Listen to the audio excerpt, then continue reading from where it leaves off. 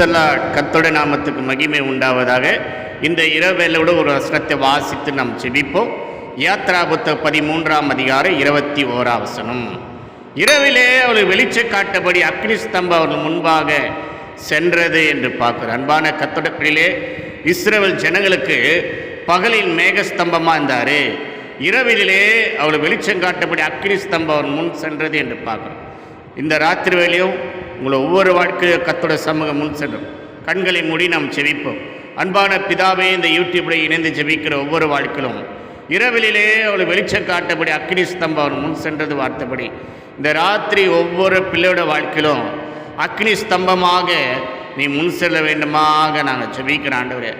காலையில் கிளம்பி போன இந்த இரவு கடந்து வரவங்க, இந்த ராத்திரி பிரயாணப்பட்டு போகிற ஒவ்வொரு வாழ்க்கையிலும் இரவிலே அவளை வெளிச்சம் காட்டபடி அக்னி ஸ்தம்பமாக முன் சென்ற தேவன் ஆண்டவரே, உம்முடைய பிள்ளைகளுக்கு முன்பாக நீ கடந்து போவீராக. எல்லா தடையிலும் கர்த்தர் உடைக்க வேண்டுமா நாங்கள் ஜெபிக்கிறோம்.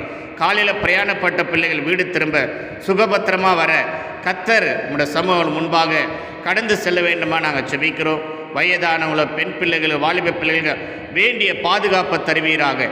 காரோ டூ வீலரோ எதுவாக இருந்தாலும் ஆண்டவரே, உம்முடைய சமூகம் முன் சென்ற வேண்டுமாக நாங்கள் ஜெபிக்கிற எல்லா தடைகளை உடைத்து இந்த ராத்திரி சுகபத்திரத்தோட வீடு வந்து சேருவீராக.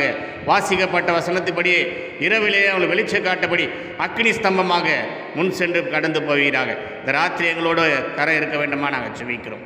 இயேசுவின் நாமத்தில் பிதாவே, ஆமென். God bless you.